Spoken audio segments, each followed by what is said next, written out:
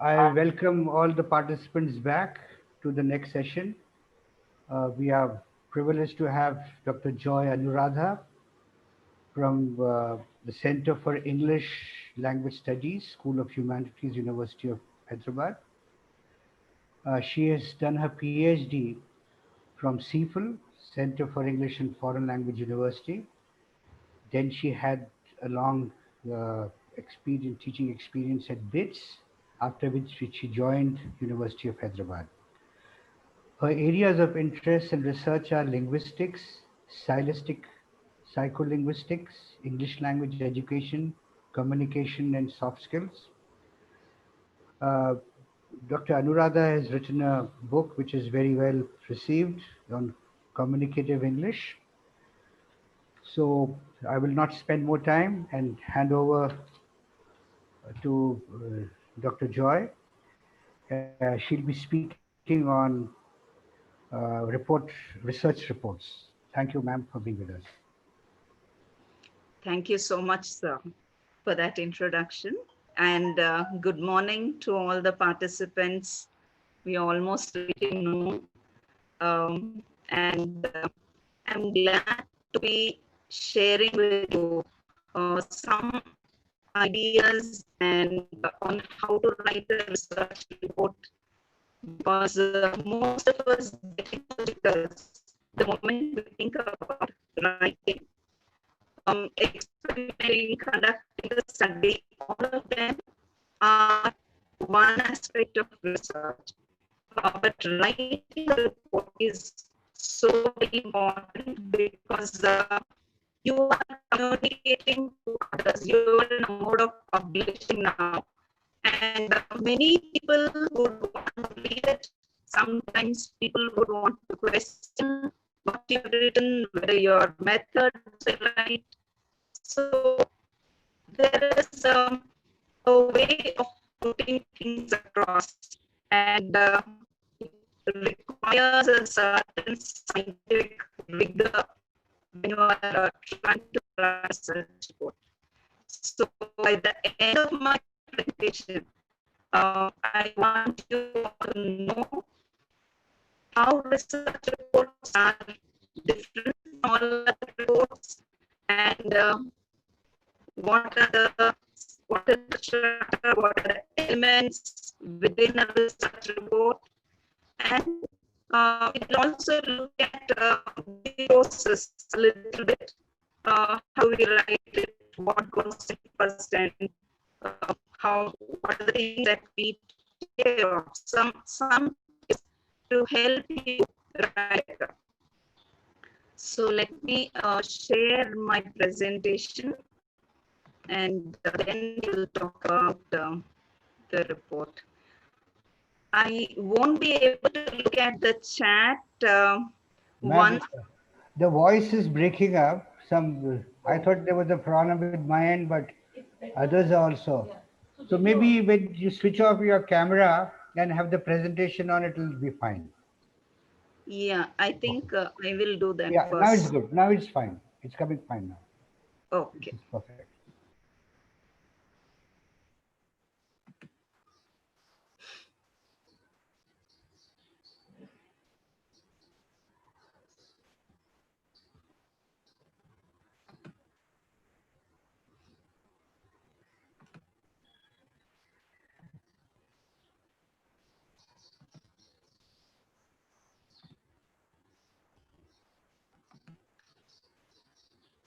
All right. So as we discussed, we are going to discuss research reports and what are the important things that we need to remember when we look at research reports. How do we write them? What is the structure, etc. Now, what is a research report? We can't see the presentations, ma'am. Oh, It appeared for a while and then it's gone.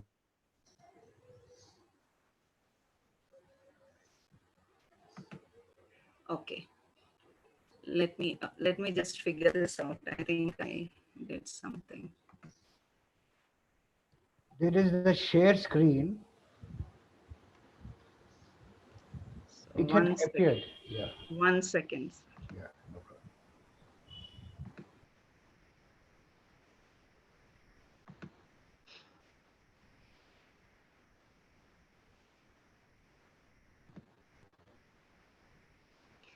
Can you see it now?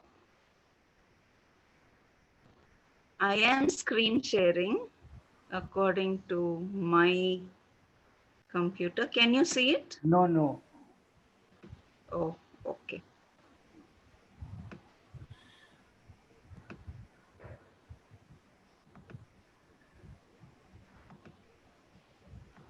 It asks for an option whether you want to share the whole desktop uh, or you can go into advanced one. If you are sharing the whole desktop, then it will show everything and then you can start your presentation and go into that mode.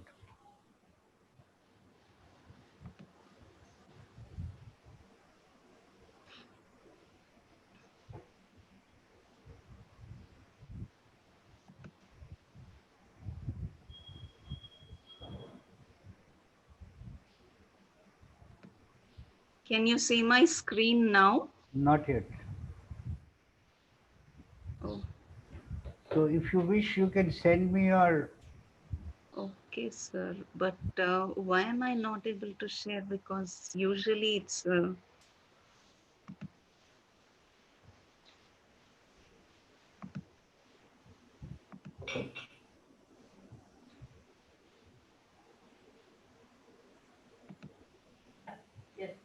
okay. Yes. Can you still see it? Yeah, yeah.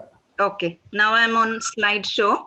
Yes, yes. So let's discuss what a research report is and why it's so important to us, why writing a research report needs to be discussed. Why can't we just write it the way we have experimented? So we are going to look at some of these aspects carefully. As most of us would know and understand that a research report is the recorded data, whatever the researcher has done through his or her study, or maybe a joint study by a group of researchers. So we record the whole proceedings, how we went about it, what happened, what did we find, what was the best part of it, etc. So you would like to now present it to the community of researchers. That's why I say research report communicates the information that you want to provide about your study to a specific audience. So you must remember that whenever you write a research report, it is not meant for everyone. It's not for the general public at all. It is for a group of researchers who are interested in your topic, who would like to work on your area.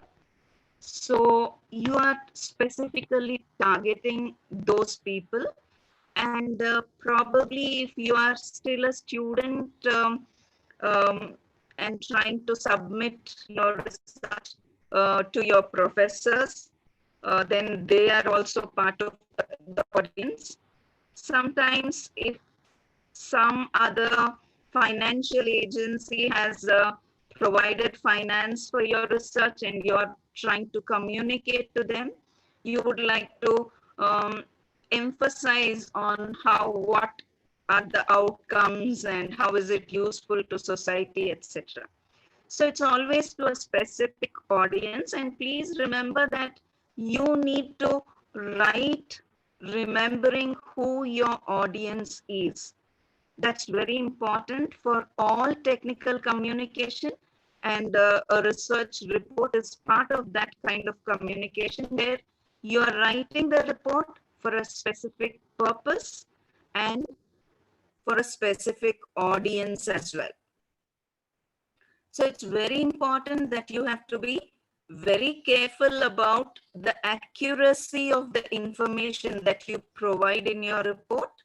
And of course, it goes without saying that you have to have clear objectives. You might have clear objectives, but you have to also project them clearly to your audience. And your conclusions that you have drawn from your experiment or study have to be clearly communicated through your research report. And that is precisely why we have a structured format. You can't write a report the way you want. There is a particular specific format so that anyone who's reading it can go to the sections that they're interested in and try to look up if they want to know more information, what references you have looked at when you were making this report or when you were doing the experiment, or what methods specifically did you use, etc. So before I move on to the actual research report, I just want to emphasize something which is common to all kinds of technical communication, and it is also very crucial when it comes to research reports. First of all, you must be clear about what you want to convey, which means you have to have clarity in your mind, first of all, about what you are trying to convey to your audience through your report. So once you get that clearly in your head, you make a good outline or whatever, then the clarity will flow into your report the way you write it also. First, you need to get it straight in your head, and then that clarity must be seen in the way you write a report. Also, it has to be concise. Nowadays, we know no one has the time to read very long reports, and concise in whatever it is trying to present, so that people get to it quickly, understand what you're trying to communicate easily. Third point, that is part of your study, and with the help of the data, come to certain conclusions about whatever you have been trying to find out. Coherence is also another important aspect of any communication, especially technical communication. Coherence, what do I mean? There should be some kind of a connect from one section to another section of your report. There should be a flow of meaning throughout what you write, right from the introduction that you begin with normally till you end the report. Everything has to flow smoothly, and you need to ensure that you make the connections so that it's easier for the reader to read and understand what you're trying to convey. Finally, the context. Context is also equally important in research writing or any kind of communication for that matter. For our context, let's take research writing. You need to place your research in the right context for people to understand why this is important in this area of study. So that is why mostly in your introduction and sometimes when you're concluding, when you're discussing your research, the context becomes so important in a research report.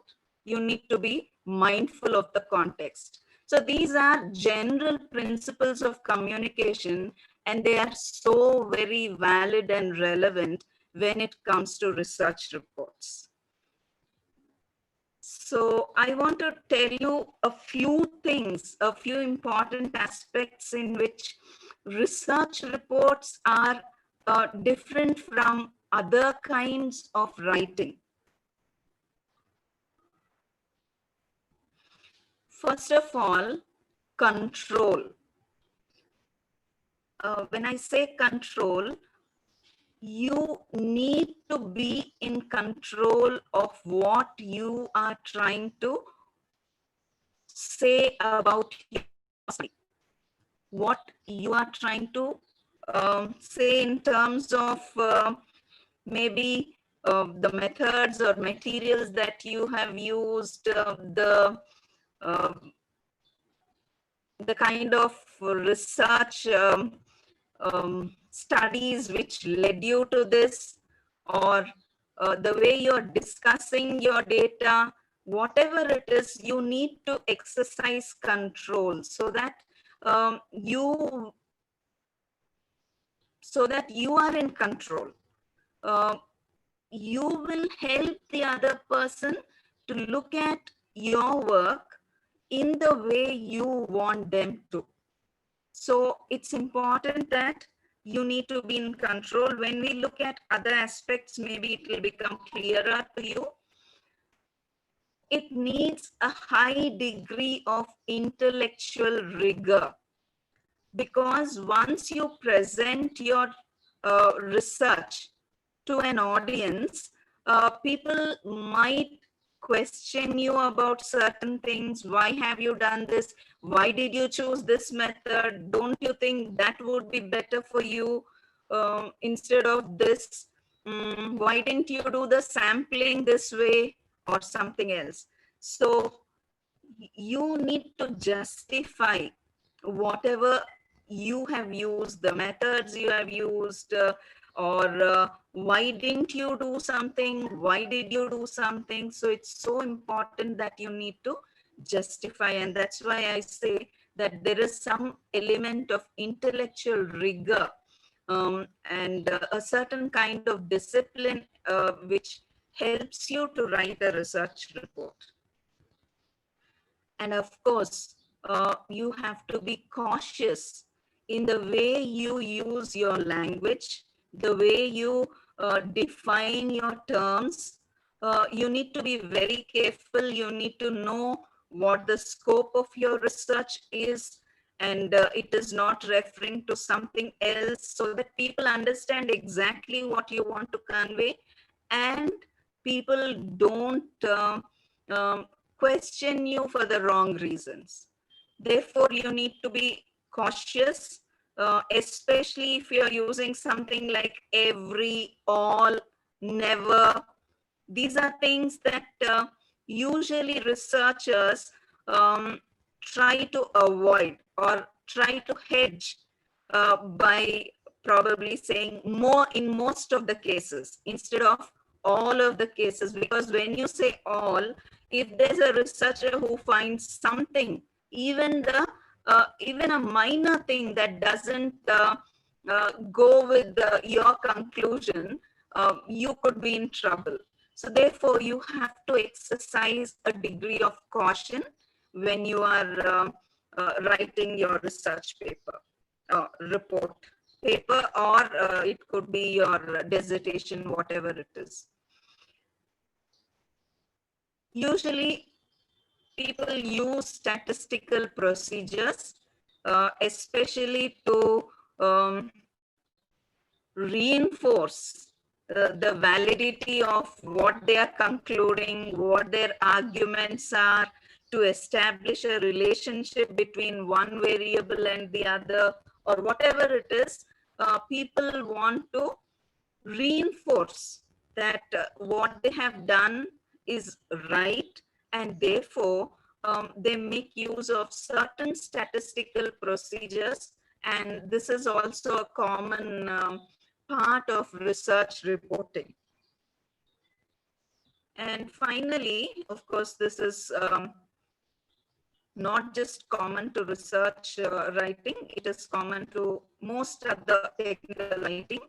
The use of graphs or graphical showing visuals along with your text is another thing which is very common in scientific writing, technical writing, because it makes it so easy for people to understand and follow.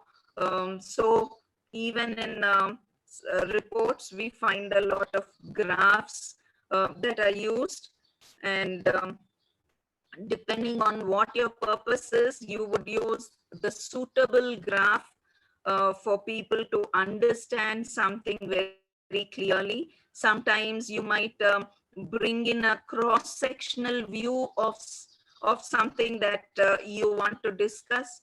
Maybe in biological sciences, you might have something like that, or if you want to show something which changes, you would have a different kind of a graph which helps you to understand that. Or you are giving, let's say, a procedure. Sometimes you use the hierarchical kind of visual to show step by step what you have done, etc. So it depends on um, what you want to use. You would like to make use of these graphs, you can ask why can't we do it without any visual representation. You could do it, but it's easier. Most scientific writing, uh, because it is difficult for people to understand it clearly, it requires the use of diagrams and graphs and other things to help people understand. The purpose of your writing is to help others to know what you want to communicate. So to make it easy for others, we use graphs and other things. So now let's quickly move on to the structure of a report. This is a common, um, typical structure, I would say.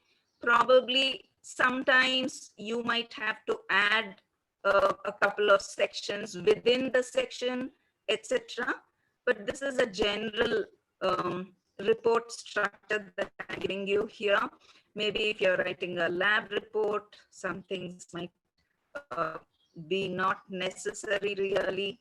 Um, so you can decide what kind of a report you're writing, but I am giving you a typical report structure here.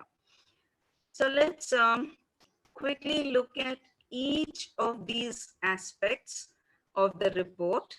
And once we discuss each element of this report, then we will go on to discuss what are the things that we need to keep in mind, how the process of writing happens when you are actually doing a report. So let's look at these different aspects of report. These are some things that we already know. So you have a title page every time you begin with with giving a very neatly designed title page for your report. And for longer reports, you have table of contents. For short reports, maybe if they are just 5-6 pages, you won't need a table of contents at all. So that's an optional element. For longer reports, you definitely use table of contents because you want to make it as easy as possible. Actually, one of the main characteristics of any kind of technical writing, I would say, is usability. So how easily people can get to the content that they want. And that is why table of contents becomes important, because people can quickly check the page number and go to that particular page and find what they want to find. Abstract or summary. not all people would want to read your entire report. There could be people who will just read your abstract and then decide whether they want to read your entire report or not. So the summary becomes important. You must try to include your keywords in your summary so that they catch the attention of the reader, and maybe the reader will look at your report more closely. Then, like everything else, reports also have got an introduction. We will look at what the introduction, what are the necessary things in an introduction, but generally it's a, you're introducing why you started this work, and what's the background to this study. All those things you introduce to your readers when you're writing your introduction. Although introduction comes first and abstract comes before it, they would be the last things that you actually write in the writing process. And then you move on to methodology. When I say methodology, I mean the materials and the methods that you have used, very clearly stated. That would be your methodology section. And then you also have the results. Results or findings, that is the section where you actually give your data. You present your study there. So that is what is very exciting to all the researchers, because you want to present your data to the audience, and you need to do it as clearly as possible so that they understand what you're trying to convey through your results. Let's look at each one of them separately, and then we will discuss more about each one of them. Then you have an analysis section, or a discussion. Sometimes people call it discussion. It could be called analysis also, where you actually analyze your results, discuss what your results are making you say about the phenomenon, or whatever the topic that you are studying. So it is a very crucial, very important section in your report, because that is what is going to convince the reader about your results and conclusions. Then finally, you kind of end up giving your conclusions. If conclusions would be like a summary, but let's call it conclusion. So your final say on your study, after going through the entire thing, what exactly did you find and what exactly do you want to convey to your readers? That is your conclusion basically. And sometimes it can also include some future implications. What does it mean? So you discuss those as well.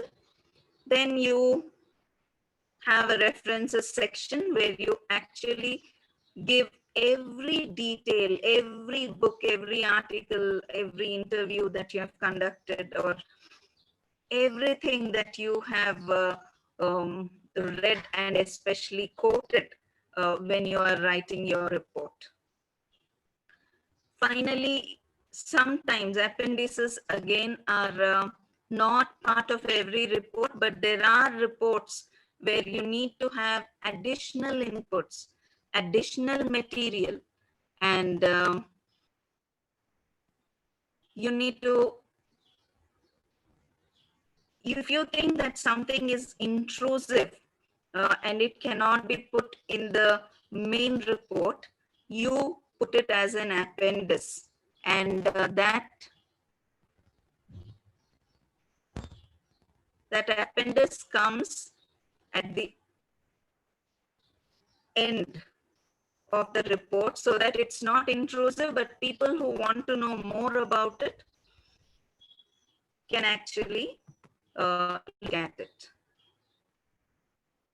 Let's look at the structure.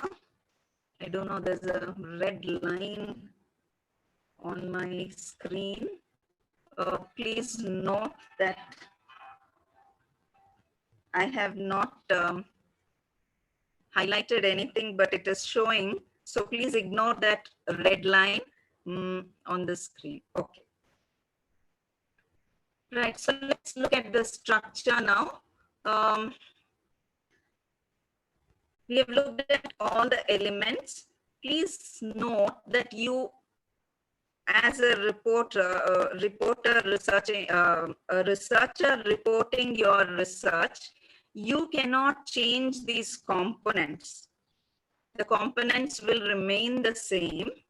However, you must know that you can make it interesting. You can make it readable by focusing within the internal structure of each of these elements. And you can make the sections flow together so that there's coherence, there's meaning. People read it much more meaningfully. And you can also decide what information you will include, what information you can leave out, what information you want to highlight when you are actually writing all these different components within your report. So writing a report is like telling a story. Please understand this. Even if it is a scientific report, you are actually telling people the story of your experiment, the story of your study. And you can highlight what is important about your study, why this is interesting to the readers, what part of it you are not considering it at all.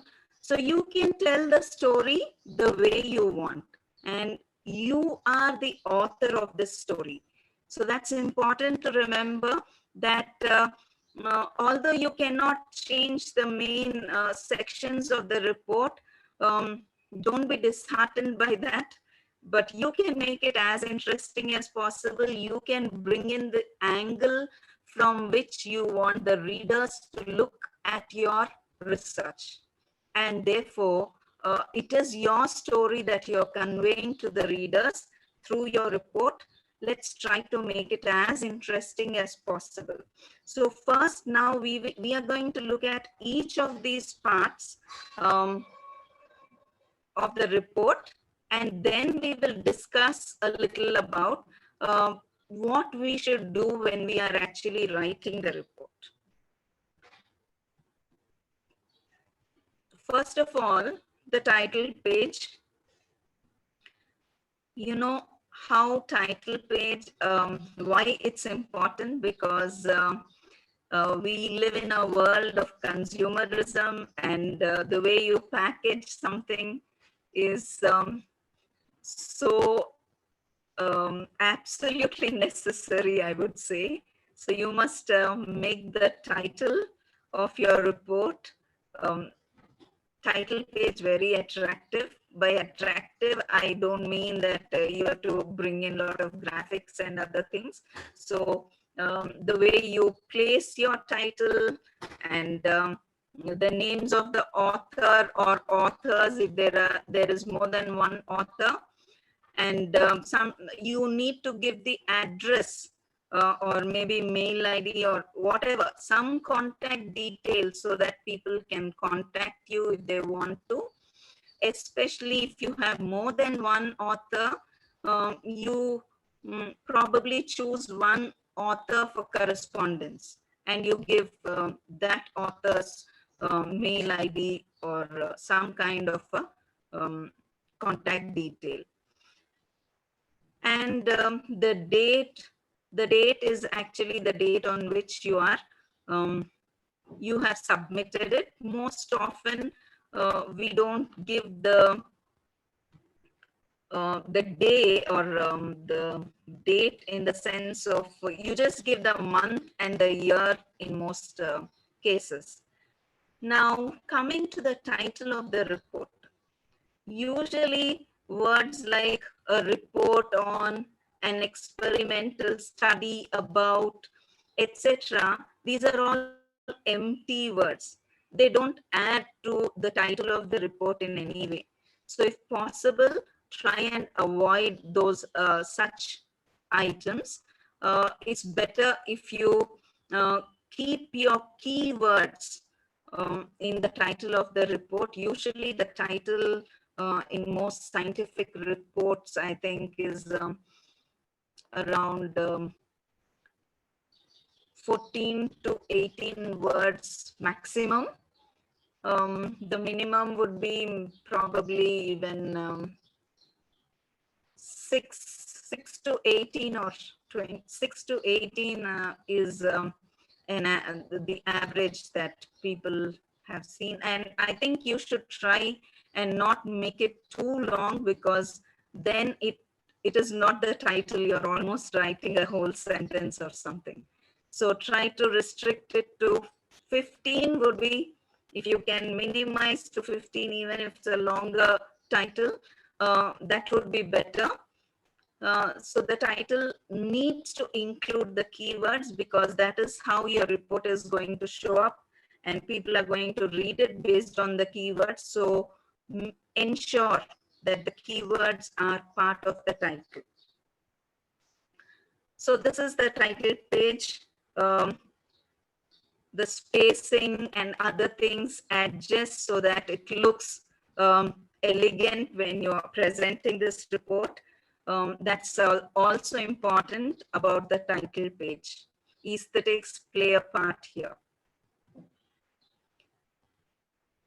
Then I'm not talking about the table of contents, because it's an additional element, and you just have to pick up all the sections and subsections and put them all together. And then you need to give the page numbers. That is how table of contents is written. And we follow, of course, the format that you follow will also help you to know what kind of numbering system you follow in the content page. So I move on to abstract, the summary of the report. Now,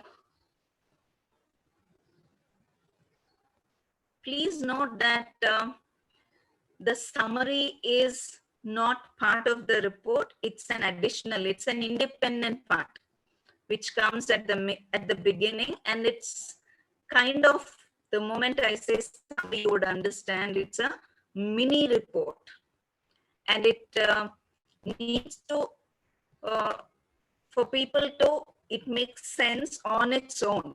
It's independent. They don't have to read the report to be able to make sense of the summary. So you need to include everything that is essential. What was the objective? What methods did you use to find out? Or if there's an important material that you need to mention, you must mention it here. The major findings of your study, and the conclusion that you have reached in this particular study, all these have to be included in the summary of the report. And when I say that, I also want to mention that you don't need to mention anything that is not in the report as part of your summary. That's very important, because summary means summary. So you cannot bring in a new idea. Usually we write the summary at the end, after we finish writing the report. So sometimes people might get a new idea or a new term, and they want to put it in the summary because that's what they write at the end. Please do not do it. You have to only include what is in the report. That is how the summary of the report should look. And then in the summary as well. So normally the summary or the abstract, as you call it, is between 200 to 300 words, maybe a paragraph, and if you want to divide it, two paragraphs, a maximum of two paragraphs probably. Um, 2 to 300 words is probably, yeah, 20 lines or so. So you need to write it crisply, but it should be like a mini report.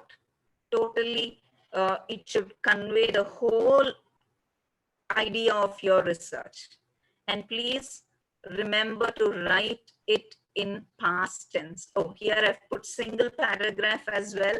But however, if you're writing 300 words and if you think you should divide it into two sections, probably the objective, methods, etc., into one section, and the findings and conclusion, if it's longer, then you can divide it. But ideally, it should be one paragraph.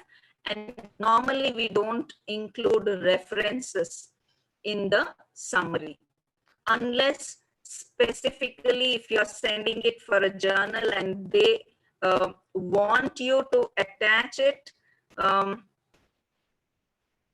especially when you're actually sending not the entire report, but only your abstract first, and they ask you to include references, then probably you will include them.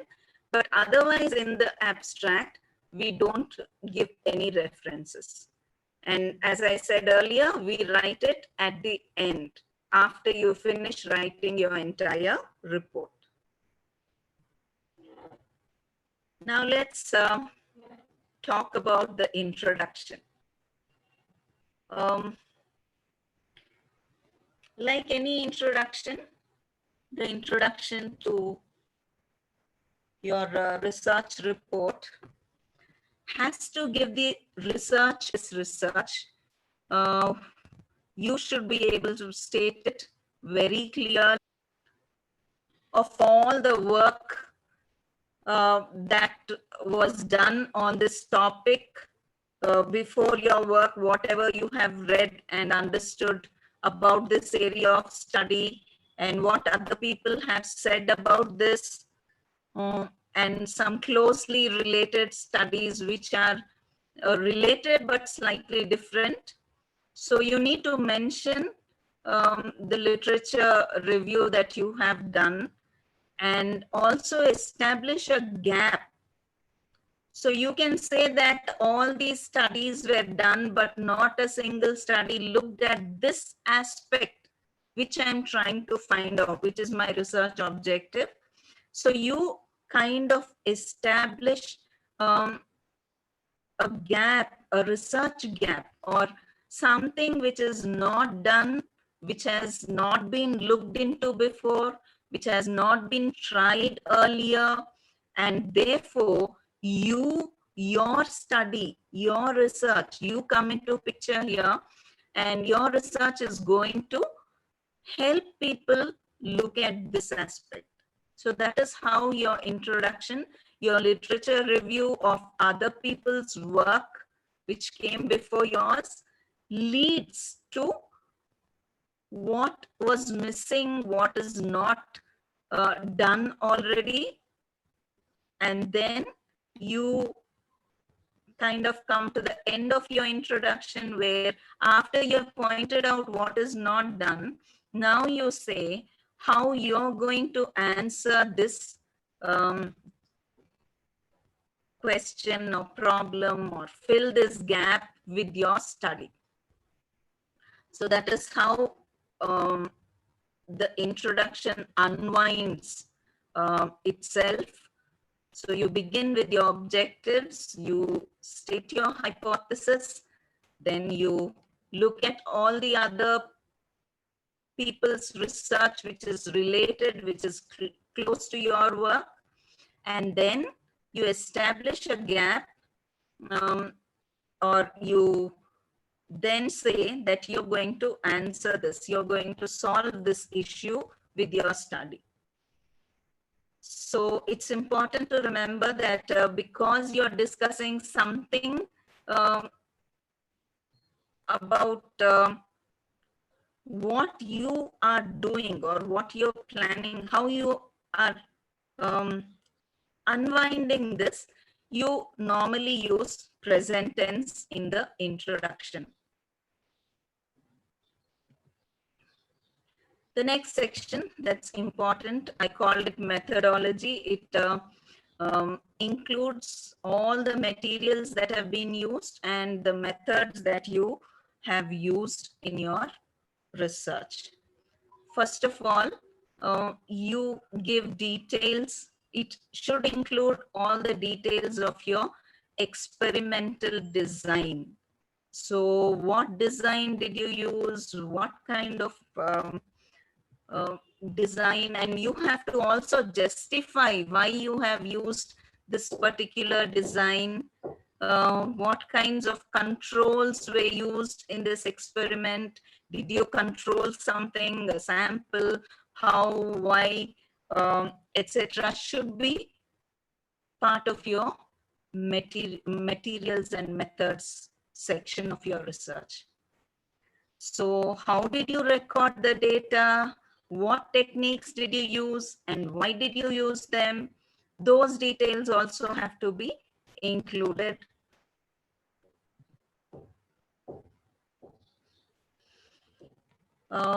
In terms of materials, what are the exact quantities, purities of whatever reagents, chemicals, whatever things as part of materials, what have you used in your experiment? You have to mention them very clearly. Please understand that this materials and methods section should be so clear that if I read it and I want to redo this experiment on my own, just to find out, just to check whether everything has been reported correctly, I should be able to do it. So you have to give all the details so clearly that another person, if they want to replicate your experiment, they should be able to do it. So it should be that clear.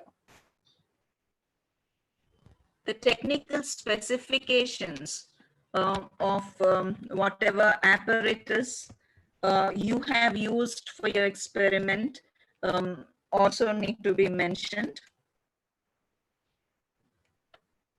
The methods, especially in preparation of the sample, what did you use? How did you go about choosing a particular sample? If there's particular nomenclature which you think is important, you have to include it in your materials and methods section. Precise details, anything which is important about if you have used subjects, the samples that you have included in the study, all these things as clearly as possible. Like I said, if somebody wants to replicate your experiment, they should be able to do it with the description that you have given in your materials and methods section. That's how you need to try and help the readers understand clearly what you have done and not done in your study. Yeah, if you have used any sampling protocols, also you need to include those in your material section. Now, let's move on to the results. As I said, this is entirely your section, your work. Till now, you have just talked about mostly procedural things, what you have used, how much amount, what quantities, and what make sometimes, all those things are very routine things. But this is the most exciting thing because you're talking about your own data here in this section. So this is the core work that you have done. Your data is being presented in the results section. So no need to again repeat the methods because you've just now in the previous section discussed all of it. And even if you have to mention it, just mention it very briefly, but focus on your data. Now, when it comes to data, you must also remember you have to talk about the relationships that that your data had, one kind of data and another. So when you're presenting your data, you also have to kind of relate so that the reader clearly understands your results. So don't discuss implications at this point of time. Here you're only giving the results. What the results imply, you're going to discuss in the discussion part of it. So here you just have to clearly focus on your results, and probably you will be using a lot of graphs and other things here to show your results clearly. So you can use whatever subheadings you think are important, especially those headings you had in your materials and methods section. You might want to use some of them here. If your let's say your method has like 3 parts. So probably the way you present your results also has got, first you did this part and you will present those results.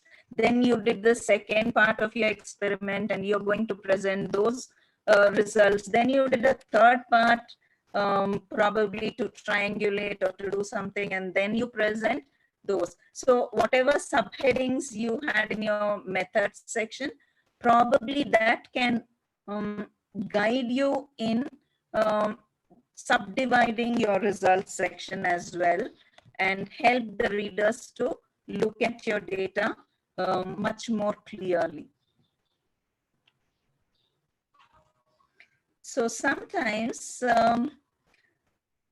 we are tempted as researchers to exclude if there's something which doesn't fit in or which is not too good to present, or there's one extra thing that doesn't fit into the whole, the way you want to discuss the results. Everything else fits in just as you had planned, but something, just one thing which didn't fit in. So we as researchers wouldn't want to report it, but I think it's important because maybe your study is not able to explain that, but some other study might want to look at it and understand why it doesn't fit here and what would make it fit. Maybe they would work on that study. So please include everything, because you are supposed to report the way you have done the experiment and all the results that you've got as part of this section. Another important thing is you don't have to present all your raw data. Everything, all the data is not important. A representative sample of your entire data should be presented so that people clearly understand. Sometimes you gather so much of data and it is not possible to present everything, and if you put everything there, then people may get confused. So, but you have worked on it, you have analyzed it, and therefore you can choose the samples that you want to present to your audience. This is where the researcher steps in and you decide what is a good representative sample and in which form should I present it so that the readers understand my data well. So all the tables, graphs, figures, whatever you use in this section, this is where you would bring them all in. And please remember to number them. Every table, every graph needs to have a number, because when you're referring it in your text, you would refer to that number, and it's easier for people to look at those figures as they are reading the report. So do remember to label, to number all the tables, graphs, whatever you have put into your report.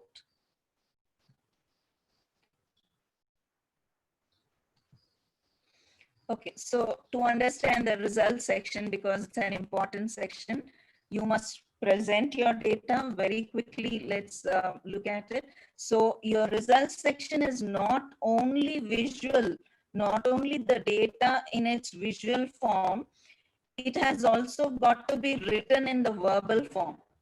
And both of them complement each other. So you the person who's the readers get to read the results that you got. They also try to look at the visual graphs, charts, that tables that you present, so that they understand your results well. So use sentences whenever you want to draw attention to any key points. You, in the sentence itself, you can indicate where this graph is. Table 2.1, right, refers to. So whatever it is, you must use sentences where you can draw the attention of the people to be able to point to that figure, point to that graph. And of course, as I said, number them. So if you want to show raw data, you think this data is important, I can't avoid putting it, don't put it all in the results section. Take it to the appendix. At the end of your report, you can have an appendix where you can give the raw data as it is, or if there's some complex calculations which you think are very important for your reader, but here it is an intrusive, and you can take it all into the appendix section of your report. So let's move on to the discussion part. The discussion is not again recap of your results section. That's not what you do in the discussion section. Yes, you're going to talk about your results, definitely, but you are going to discuss how your results are similar to certain other published findings, or how they are different from those of other published findings. And you're going to explain these differences or similarities. So what you're going to do in the discussion section is comparing and contrasting certain other studies, related studies in your field, and trying to now figure out and place your results and what they actually mean to this whole area of study that you're dealing with. So sometimes, most of the time, you will be able to explain something and say, yeah, that is why this study is different. But there are times when you may not be able to explain why it is different. If it is similar, it's easy to explain. Sometimes when there is a difference, you may not know why it is different, but you know that the result is different. So even if you don't find a good explanation, it's important to put it in the discussion and say that the researcher is still is not in a position to explain this difference. So you can help the reader to understand that there is a difference, but there is no clear explanation emerging for this difference as of now. Probably your later research will help you to understand it, but right now in this, within the scope of this research, you are not able to know exactly why it is different.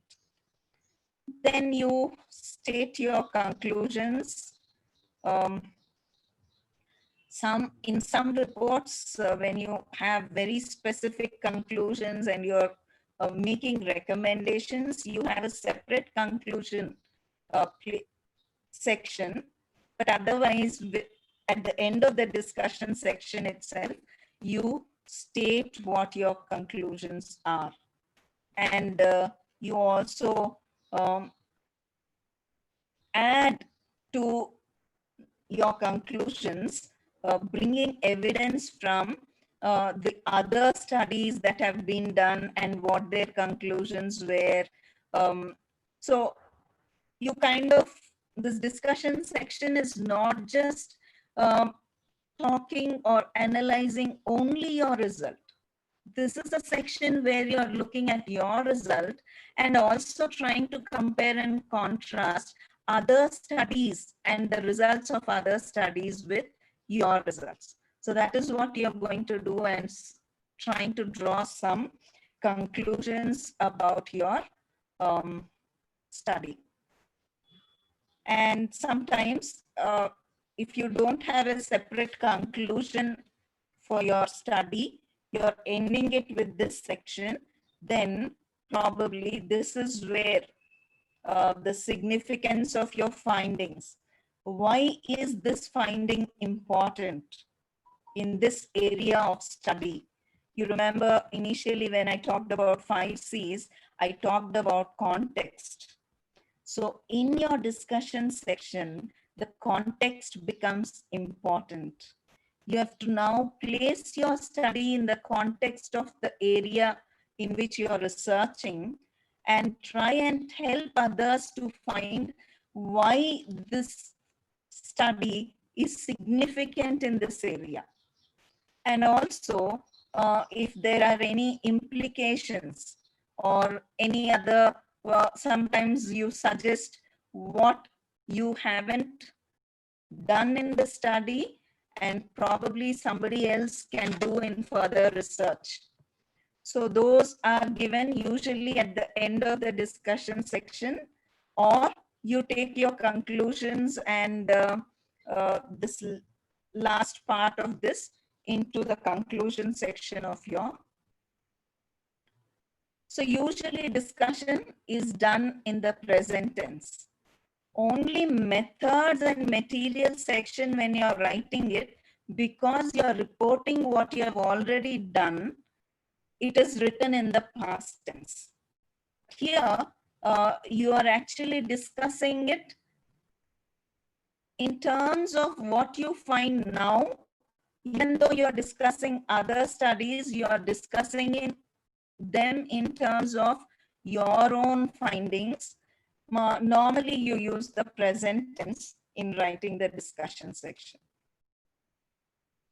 So since I have included the conclusion part of it within the discussion, if it's a short paper, you won't have a separate conclusion. But when you have a longer thesis kind of report or a huge report running into several pages, then probably you will separate the conclusion section. Otherwise, you wind it up there. And then you have the references. The purpose of references is very important for you to know. You have to acknowledge all the sources. See, no researcher can begin from the scratch and say that everything that I've done is my own, right? You build on other people's research. So this is the place, even in the introduction and sometimes in the discussion, you bring in other people's work as well. So all those sources you acknowledge here, right? You want to show that you have not plagiarized their work. You are actually acknowledging that you have looked at their work, and it helps to strengthen your own arguments on why your research is important, right? Because you are taking support of the existing literature, whatever is available already.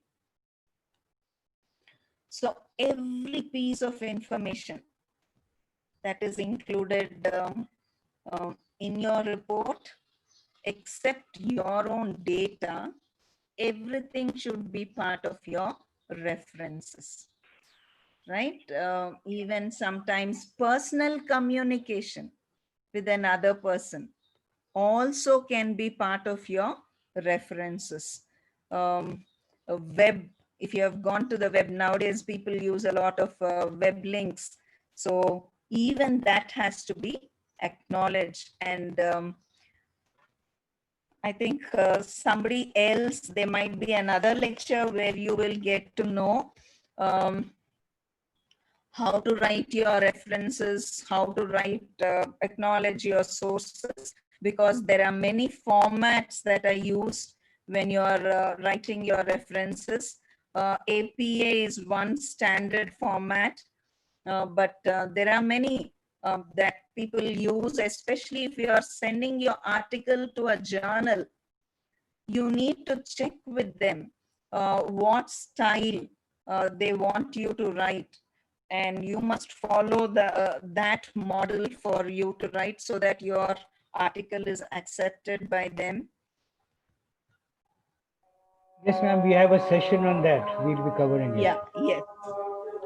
So you have to check for advice on the appropriate referencing system that is important.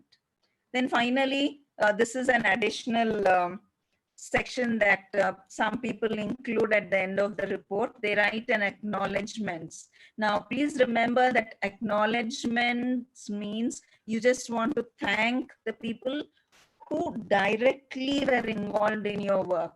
This is not a dedication. You can't start off with your parents, relatives, and everyone else. That is not part of acknowledgements. It's basically you're showing courtesy by thanking people who are directly involved in the work that you have done, especially if you have received financial support, or people who have helped you, technical people whose help you have taken, maybe if you are doing your research under a tutor, right, your supervisor, mentor, whoever it is, right, those people have to be acknowledged. So this is a very brief section, just a few lines, because it's important that you recognize others who have helped in your work. Sometimes you would have gone to a lab outside your institution to do this research, then you have to acknowledge. This is the section where you would do all of that. And finally, the appendices. We have already discussed what can go into appendices earlier a little bit. So this is not a compulsory mandatory part of a report, but many times whatever information that you want to add additionally to your report, which you think might be of interest to some of your readers, you can put it in here. So it comes at the end of your thesis or report. Do label your appendices. If you have more than one, you have 2 or 3, then you can call it appendix 1, appendix 2, appendix 3, or appendix A, B, C, whatever way you want to label it. Please remember to label so that it's easier for people to reach that appendix also. Nowadays, many journals are also offering an e-appendix. So you've got an extra space where you can put in all those additional details that you want to convey. So basically, this is the structure of a report. a research report that you're going to write. And I just want to discuss, it's very important. If I just leave you by giving you the structure, that won't really suffice, because you need to know how to go through this process. Remember that all writing is a process, and I would say that you have to learn to write in a particular order. You cannot just put down something as methods, materials, results, discussion, and say my work is done. Because what distinguishes a good writer from an average writer is that a good writer always gets back to it, looks at it again and again, edits, revises, goes through this process again and again to make his or her writing much better. So that's the difference between average and good writing. Here I'm going to very briefly discuss how you need to go through this process. Now, when you start your writing, please don't start with your introduction. Although that's the first section, that's not the first part of your work that you start off with. Start looking at your data. That is where you begin, the results section, right? Because the way you present your data, you know, we have already said you can't present your entire data in the paper because then it will be too much of data and people may not understand it. So you need to decide which part of the data you will present and why you're presenting that part. How do you make your reader understand from these figures what exactly was the result of your experiment? So you need to figure that out first. Now, after you look at the data and decide which ones will be your representative sample, what are you going to highlight and show your readers? Now, you decide, you get into a storyboard mode. You're now going to tell your readers the story of your research, right? So based on this data, right, you're now going to frame your story. So find the trends. You would have already done that when you have finished your research and your analysis or discussion part. When you're doing it, there you want to show your trends. So you have first found the trends within these figures, and then what is it that is tying it all together? Now you are representing many figures, many different kinds of data in different formats. You're showing all that in the results section. You have to now tie it all together so that it makes sense to your reader.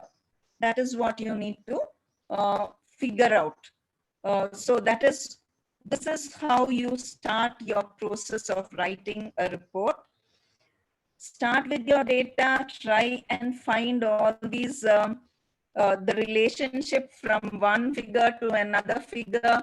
What is it? Which order it has to come in? And why this order is important? So tell your readers how to read your figures. And as they are reading these figures, what is the point that they are supposed to be looking at as they look at this data, this graph that you're showing them, and you're moving into this table now? So how do they make sense of all this? That is what you have to figure out first to be able to write a good research report. So once you have figured these relationships, once you have established the emphasis of these figures and the data and what they are throwing up to the reader, then you are almost ready with the story. Now you can map out or chart out the entire story that you want to tell your reader through your study, through your data. So that is where you have to take the reader now.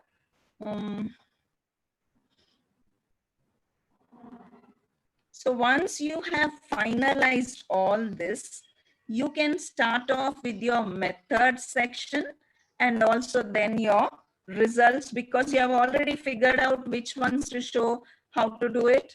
Methods, your experiment is done and ready. You are just reporting it. You use the past tense form and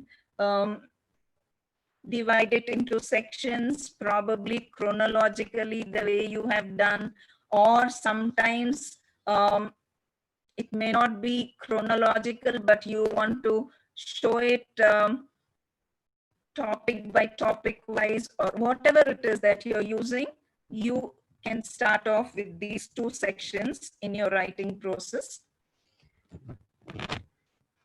So connect the methods and results section, right? By using these methods, how you have got your results.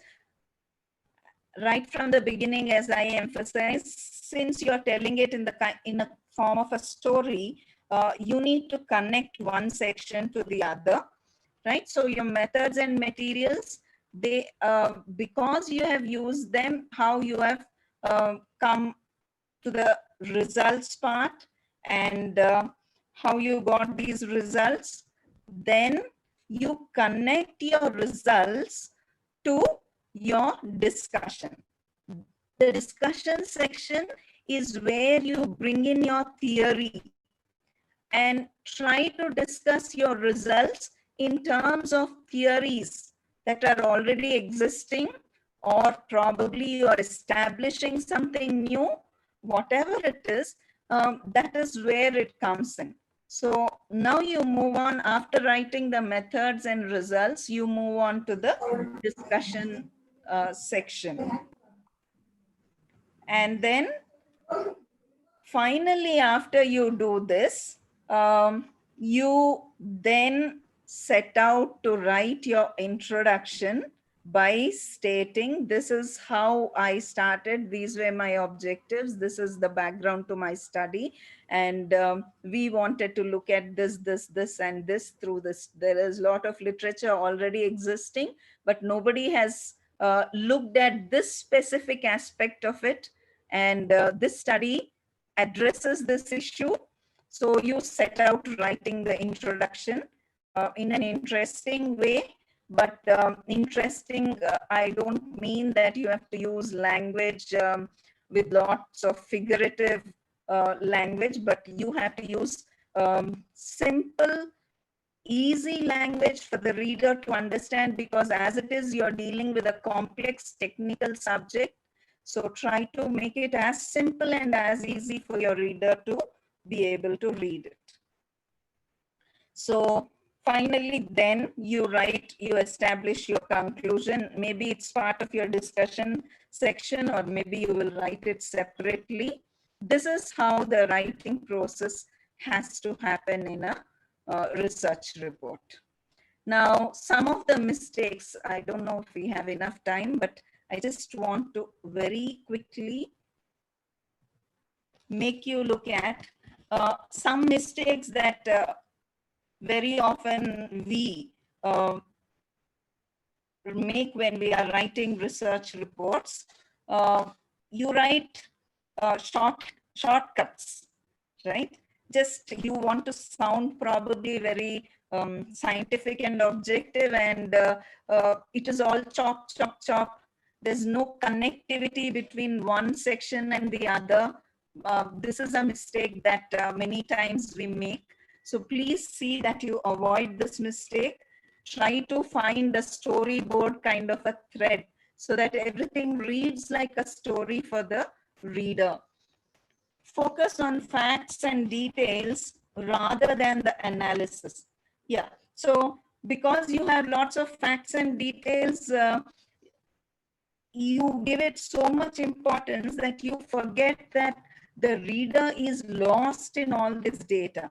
So it's so important that in your analysis, you try to tie it up together for the reader to clearly move from the facts or the details to what is significant about your study. Sometimes we imply analysis. We don't explain why it is in, you have that reasoning in your mind, but in your hurry to present your work, you may not actually explicitly state it, but you have to make your argument explicit. Don't leave it to the reader to understand. Every reader may not understand, every reader may not be at the same level um, of knowledge about the topic that you are discussing. So it's so important that you make it explicit. And don't assume that reader will read the meaning that you intend. If you intend, please put it on the paper, on the digital format, whatever format it is. Don't assume that the reader will understand. Don't, many times, because we understand, we think others will understand, but they may not. So make it very, very clear. And of course, all of us know that the way you use language, be it spelling, grammar, punctuation, everything, you have to be careful about it so that your research report stands out when you write it. I think we've come to the end of my presentation, and just in time, I guess. So thank you all for patiently listening to it, and if there are any questions, you can ask me, or you could even mail your questions. I will answer them then. Thank you, ma'am, for a lovely talk. Thank you. There is this chat window in which people have praised, said good, excellent presentation and various things, nice presentation. But there's one question Sir. from Dr. Santosh Agi. He says, ma'am, you have done a wonderful session. How many authors are included in the title of paper? Really, it helps beginners, researchers, madam. How many? I don't understand quite well. Uh, Okay. San- That I think when I talked about the title page, I said that it has to include the title, the authorship, and the date. And if there are multiple authors, sometimes in scientific research, you don't do it alone, you do it as a team. And therefore, it's important for you to put in all the authors' names, as many authors as were involved in that particular study. And when you have more than one author, usually we choose one author to be the corresponding author, so that all correspondence goes to that particular author. The first author normally is the corresponding author, and he or she takes all the correspondence. I hope that is the question which, Yeah, I think that's what he meant. Yes, in the context at that moment when he was speaking about it, he put yeah, it up. Yes. So thank you, ma'am, uh, for a lovely session. And there are thank you, many, sir. many who are complimenting you. I think you can read the chat. Thank you Mahesh so much, sir. Jamdar, Umesh Baez, Rajkumar Pavle, Dr. Santosh, Talat Parveen, madam, all are in praise of your patient and wonderful presentation. So Thank you, thank you. everyone. Thank Thank, you, sir, for giving me thank, this opportunity.